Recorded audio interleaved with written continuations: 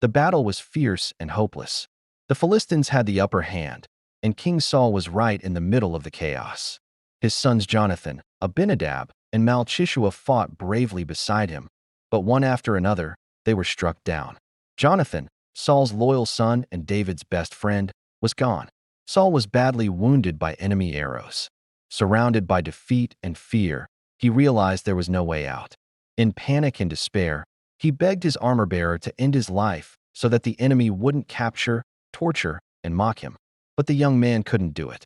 So Saul, in complete despair, took his own sword and fell on it. His armor-bearer, heartbroken and loyal, did the same. That day, the king of Israel and his sons died together. The once celebrated warrior who stood tall before men fell on the battlefield, not from an enemy's hand, but from the weight of his own despair. When news spread, fear filled Israel. People abandoned their homes, and the Philistines took over their cities. Later, when the Philistines found Saul's body, they cut off his head, took his armor, and displayed his body as a trophy of victory. But in a remarkable act of loyalty, the men of Jabesh Gilead, people Saul had once rescued, couldn't stand to see him dishonored. They risked their lives, traveled through the night, recovered his body and those of his sons, and gave them a proper burial. Then they fasted and mourned for 7 days.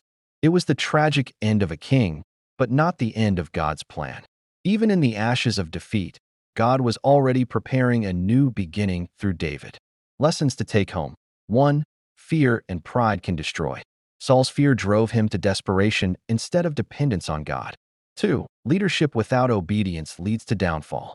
Saul's reign started with humility, but ended in disobedience and pride. 3. Your legacy is built by how you live, not just how you start. Jonathan's faithfulness and the men of Jabesh Gilead's loyalty outlived Saul's failures. 4. Even in loss, God is never done. The end of Saul's reign was the beginning of David's destiny, proof that God's plan always continues. Make this short prayer. Lord, help me trust you even when life feels like a losing battle. Keep me from fear and pride that lead to destruction. Give me the courage to stand firm, the humility to depend on you, and the faith to believe that even in my lowest moments, you're still writing my story. In Jesus' name, amen.